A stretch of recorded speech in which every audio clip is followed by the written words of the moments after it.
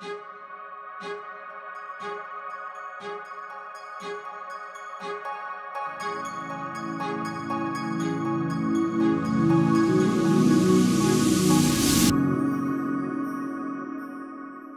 hello and welcome to the Dharma.life podcast. This week I have a very knowledgeable gentleman, Aaron Abke.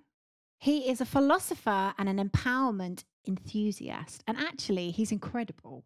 And you're about to find out why. So Aaron, welcome to the Dharma.life podcast. Thank you for having me, Aloise. It's a pleasure. I am very excited about the conversation we're going to have. I found Aaron through his extensive work on the law of one, and you're going to find, if you've not heard of this, you are going to about to have a treat in store. And then I kind of started investigating his work, and I was just so impressed with the work he's doing in the world. So if you haven't already, please go and check him out on YouTube. But Aaron, welcome to the Dharma.life podcast. Great to be here. Would you mind just sharing with our audience a little bit about who you are and what you're currently doing in the world? Sure thing. Yeah. Like you said, I teach mostly on YouTube. Topics such as, obviously the law of one's probably the most popular topic on my channel. I also love teaching on A Course in Miracles and some other channel texts. Mostly I like to teach on non-duality and self-realization, self-empowerment, and the things you mentioned. So I do that on YouTube. I do workshops, working on a master class right now, and some other fun stuff like that. Excellent. And do you mind sharing a bit about your journey? Because one of the things we love to do on the Dharma.life podcast is hear from you about how you got onto this path, this incredible path that you're on today. Yeah, it's always interesting to hear people's journeys, right? Well, so I grew up as a pastor's kid in an evangelical church in the Bay Area in California. And I was like the most super sincere Christian kid you've ever met. Like I was all about Jesus. I always wanted to do the right thing. I never even contemplated having a sip of alcohol or smoking pot or any of that kind of stuff, because I was taught that stuff was wrong and you're going to go to hell if you do it. And, all I wanted to do was please God. So I was very sincere in my faith, and it wasn't just something I did to be a part of a group or feel special or have afterlife insurance, but it was always sincere on my part. But when I got to be about 23, I had been confronting some of the religious beliefs that just hadn't sat right with me for many, many years, such as the belief in hell and biblical inerrancy and the rapture and things like that. So I was actually working at a church full time as a worship pastor. And I had I guess you could say like my initial spiritual awakening out of religion. And I just said, you know what? I can't do this anymore. I'm betraying my integrity by working at this church and pretending to believe all of this stuff that I do not believe. So I quit my job. I moved back to Oklahoma, which is where I went to college, and just started seeking my own spiritual path. And through that seeking, I found, Alan Watts, Eckhart Tolle, started getting into more Eastern philosophy and traditions, Taoism, Hinduism, and so forth, especially Zen and Buddhism. And then that led me to just, I guess at 27, I was going through some really difficult times in my life, really, really severe depression. And I was seeking, self-realization very hard and wasn't finding it. And then I had basically a sort of a spiritual awakening one day, actually at work. Where I was working at Google at the time in Mountain View, California. And I was on my break and just listening to like an Eckhart Tolle lecture, and something in my mind kind of emptied and allowed me to see the truth of my true nature, which was that all of the things that were tormenting me, my depression, all my attachments and desires, I saw that they were actually just programs my mind had generated through my life, but they weren't original to me. And that actually my true essence wanted nothing to do with them or could care less about them. Wow. So there was just this amazing sort of innocence or emptiness, bliss, nirvana, whatever you want to call it, for about a 2-week period. Wow. Yeah, it was pretty amazing. And then I've had elements of that. Like I've had my own kind of oneness experience, but it was probably for, even a couple of hours. It didn't last 2 weeks. Or you have to take psychedelics or something, typically. to see those kinds of things. So I can't tell you exactly why it happened the way it did, but it happened that way. And after 2 weeks of that, some things happened in my life that brought me back into suffering again, and sort of took me out of that state of oneness experience. And then I just started, I at the time I was a fitness model in San Francisco. I was doing a national level bodybuilder. I had all these things going that the character, Aaron, thought he gained value from. And after that experience, I had less than zero interest in all those things. Of course, like that's a hell of a wake up call. Like I remember my own. It was like, how did that happen? Yeah. It's such an amazing experience. Or like, who was the guy who wanted anything to do with those things? Yeah.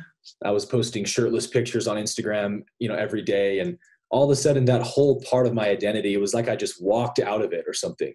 Yeah. Quit my modeling job, quit bodybuilding. I never posted another shirtless picture ever again. Yeah. Wow. And I devoted my whole life to seeking how to get back, quote unquote, to that state of enlightenment. And that's kind of that journey of seeking to get back there created a lot of suffering for me as the seeker for my true nature. And I, came to the realization that I was in a very ironic or paradoxical situation of presupposing that I was some kind of imaginary self who was trying to extinguish itself to find its true self, And I realized all of that was also the mind trying to do it. And there was actually nothing to attain or achieve because I'm already that. And the person Aaron didn't become enlightened for 2 weeks. The person Aaron disappeared for 2 weeks. Yeah, so you could just be reconnected to source. Yeah, to what was real. And it's a really interesting path because you've gone through the 3 stages, haven't you? Because you've gone through kind of exoteric, which is obviously religion, and then mesoteric, obviously, which is more the Buddha, you're getting into yoga, tantra, and then you've gone into esoteric, which is obviously where you're sitting now. So that's an incredible journey, to have taken. Yeah, good point. Yeah. Wow. It has been. And I truly believe we choose this, obviously, before we come down. 100%. Yeah. And one of the things I really wanted to talk to you about is, you have had an incredible journey. And I'd love to get your kind of insights into what you feel is happening and maybe, sharing from what you know from the teachings of the Law of One, because, this is an incredible time for humanity. And, somebody like yourself, I believe, and myself has been training for lifetimes to be here right now to help humanity with what's happening. So can you kind of maybe talk from the Law of One perspective around what the Law of One would sort of stipulate that's happening on the earth at the moment, and then obviously your own opinion? Yeah. Well, one of the reasons I became so fascinated with the raw material is because of the way that Ra explains what is happening on our planet right now.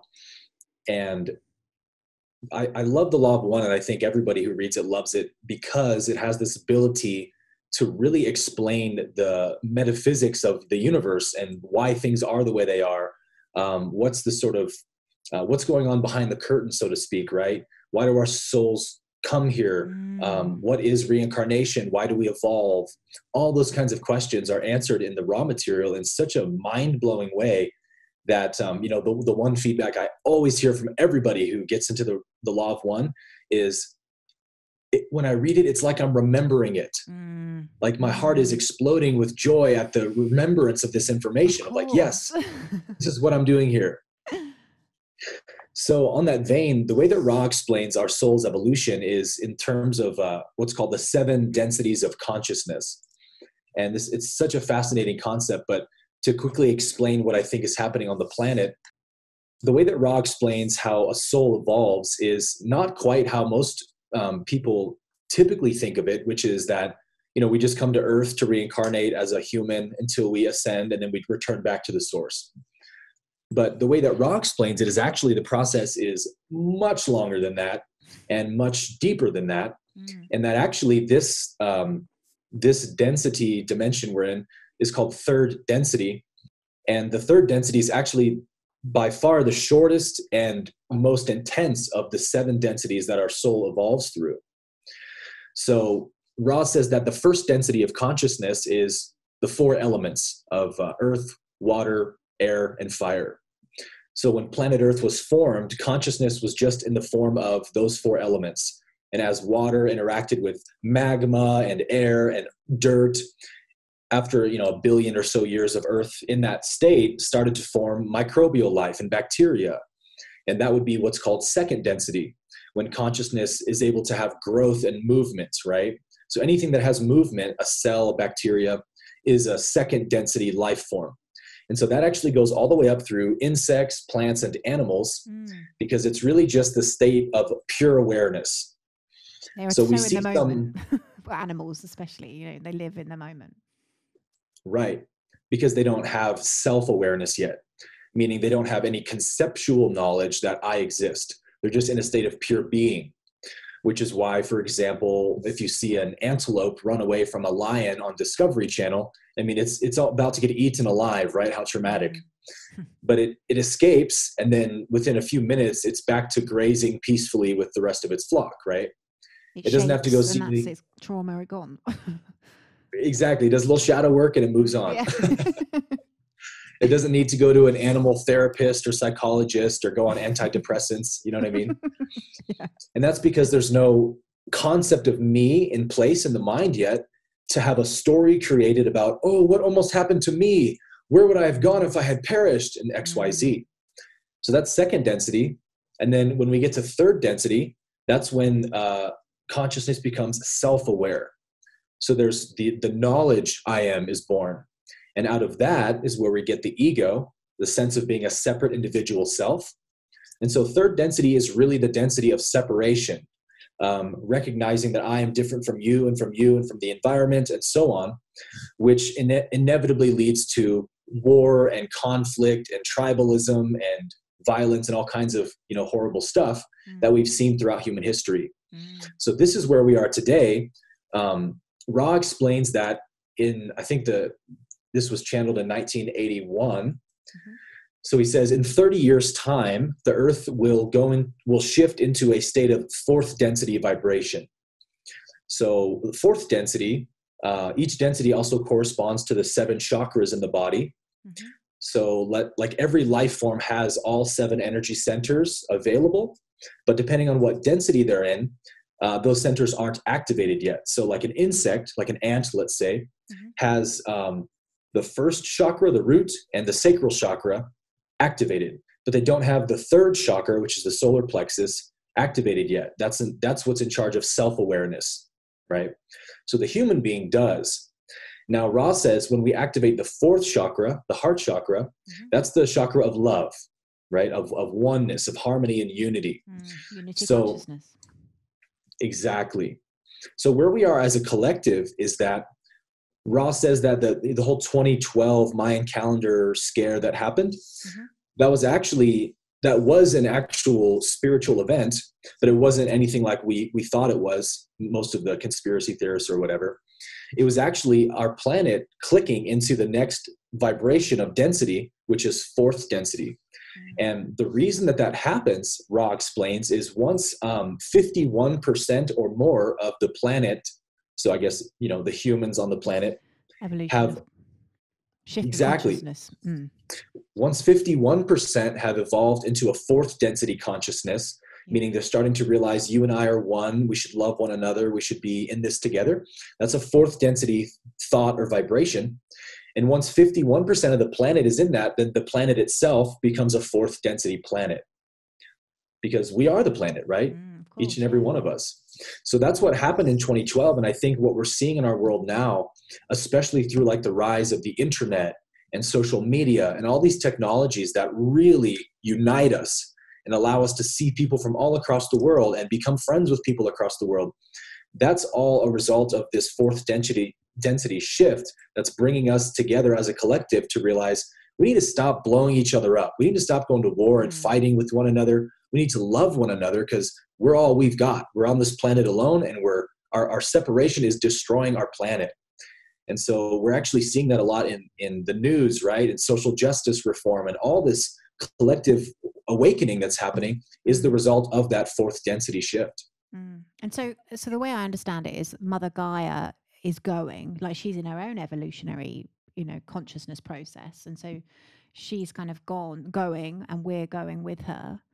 And can you talk about the shadow? Because obviously, I know this is one of your other areas of specialism, but you know, what we're seeing at the moment is that collective shadow on the planet coming up, you know, and collectively we have to integrate that shadow.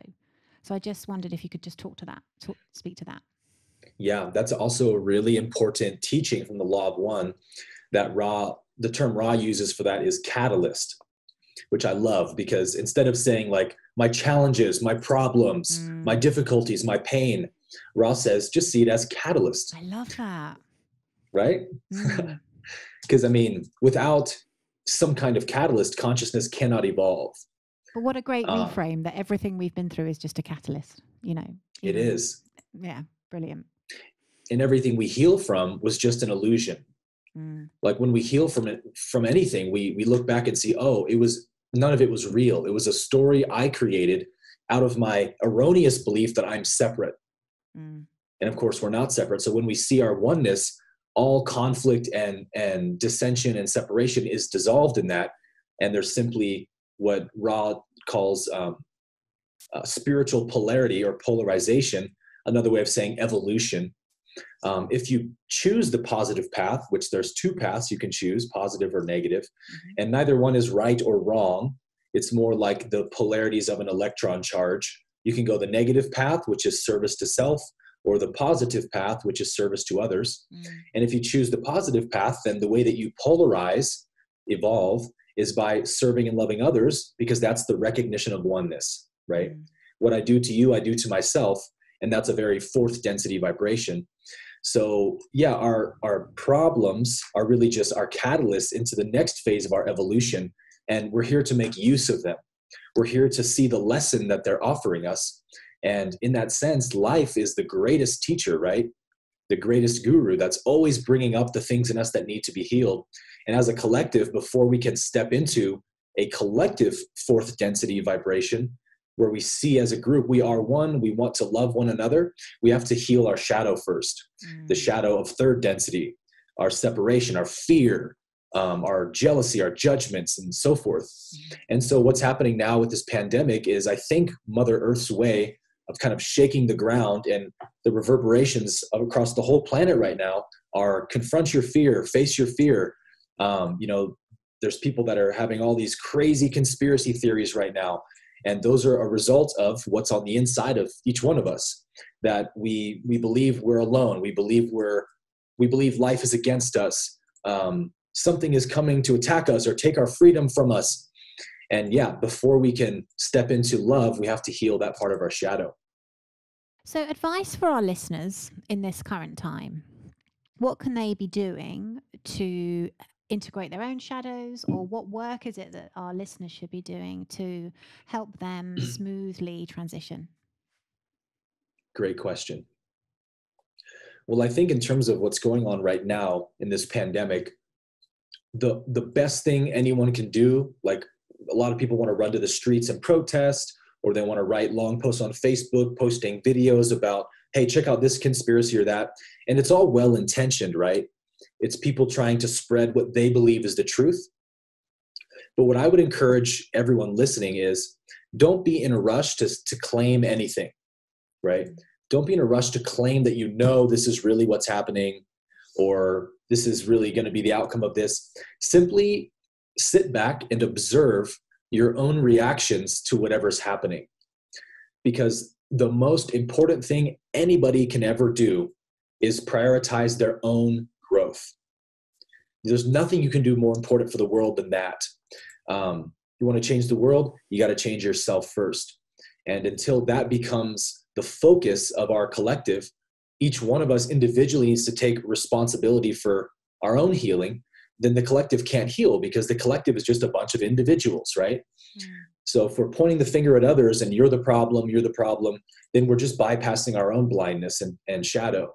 So it's always about looking within yourself. And if there's judgments coming up about this, or there's fear coming up, or what have you, simply watch that movement of your own mind. Simply observe that reactivity.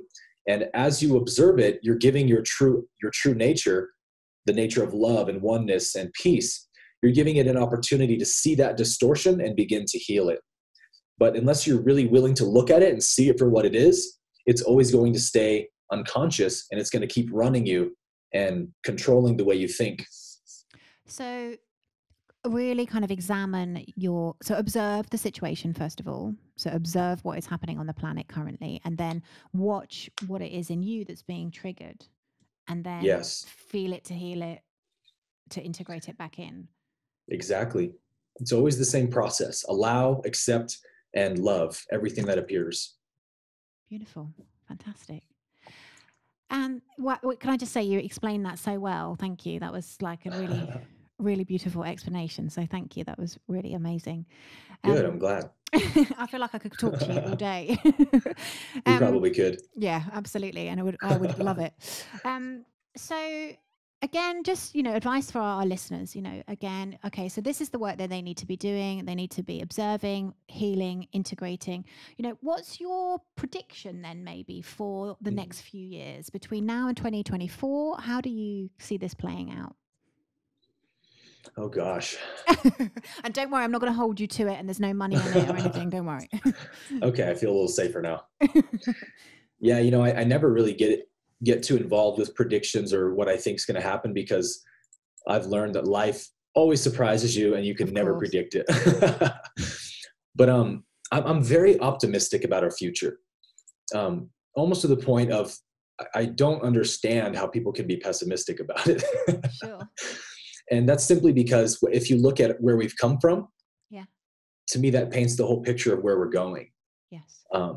Sure. Is it possible that we could destroy our planet and kill us all off before we evolve enough? Of course, that's possible. But even that doesn't bother me or worry me at all, because ultimately only God exists. There's only the will of God. And if that's the destiny of humanity, then that's what's supposed to happen. And I would accept that as well. But I really do believe in my heart, I'm a big believer in the emotional guidance system. And what feels the most joyful to think about is what's most true, right? According to the emotional guidance system. And when I think about humanity's future, I feel extremely excited, because knowing what the law of one lays out about what fourth density is, Ra is a social memory complex that evolved from the planet Venus about 2 billion years ago. Which is really actually interesting, because in the 1980s, when this was channeled, we didn't know anything about Venus at all, basically, more or less. And just recently, I think in September of 2019, they had some big study released on Venus where they found that about 2 billion years ago, Venus would have been like prime candidate for life to evolve, beautiful oceans, atmosphere, and all that for intelligent life. And so it kind of lines up perfectly with the timeline Ra lays out. And Ra says that their fourth density was extremely harmonious, and they evolved very quickly through it. So when we move into, whatever gets harmonized gets efficient. And I think we're already seeing so many signs of how we can use technology for good once we get our own collective consciousness worked out and purge out the third density stuff of like, let's use this technology to control and manipulate people. We're seeing some of that, but the collective awareness around that stuff is so high that like the people at this point, because we have internet and technology, would never let that stuff happen anymore, right? Powers that be can't get away with that stuff anymore because there's too much transparency. No world wars. Yeah, it's a thing of the past in a sense. So I think that the collective consciousness will continue to correct the powers that be, and not only that, but actually sort of take power back from the powers that be, which we also see. Take exactly sovereignty. Yeah, and just things like not needing to rely on big business anymore, because now anybody with talent and passion can create a small business, and start serving people the goods and whatever that they want to. And so we are less and less relying on big corporations and government, and more on one another and individuals. So I see all those things, and it makes me very optimistic about where we're heading, and especially with technology being able to solve world hunger and disease and sickness. And we're just around the corner from so many incredible scientific breakthroughs that I think we'll probably see in our lifetime, and other things like traveling to Mars and seeding Mars, and maybe even terraforming the planet and traveling to other star systems. There's so much cool stuff in our future that I think it's why waste time being pessimistic? Yeah, I'm with you. Absolutely. Like I feel like we're just on the edge of this beautiful new golden age, 100%. Mm. That's how I Aaron, see it. Aaron, thank you so much. Thoroughly enjoyed our conversation. Really, really enjoyed it. So I really appreciate Likewise. you coming on the podcast. How can people find you if they want to do some more work with you or just get in touch? All my links are the same exact thing, youtube.com/Instagram/Facebook/Aaron Abke. Makes it nice and simple. Nice and easy for you. Well, I am definitely putting money on your prediction. Yes. And hopefully it resonates with all our listeners too. But yeah, thank you so much for coming on the Dharma Life podcast. Thank you, Aloise. It's been a pleasure. Thank you so much for listening to the Dharma Life podcast. I do hope you enjoyed this episode. Please come over and say hello on my Instagram, our Facebook group, and also please let me know what you thought. So if you are listening, please take a screenshot of the podcast that you are listening to. Tag me on Instagram and I will reshare your post, and please let me know what it is that you got out of today's episode. Remember, when we do our Dharma, we are happier, healthier, we live longer, and we have a deep sense of unshakable inner peace.